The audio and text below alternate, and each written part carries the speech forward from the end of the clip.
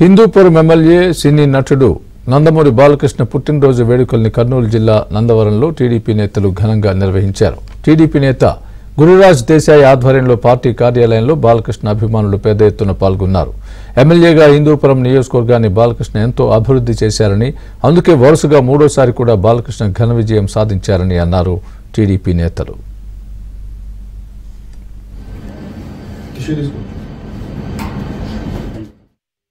హిందూపురం ఎమ్మెల్యేగా గెలిచి ఆయన రాష్ట్రంలో ప్రజల మన్ననలు కూడా పొందడం జరిగింది.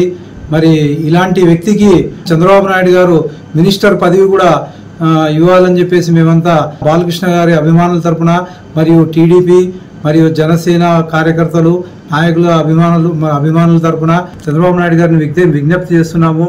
అలాగే ఆయన క్యాన్సర్ హాస్పిటల్ కూడా ఓపెన్ చేసి ప్రజలకు సేవ చేయడంలోనూ కూడా ముందంజలో ఉన్నట్టు మరి ప్రజలందరూ ఆయనకు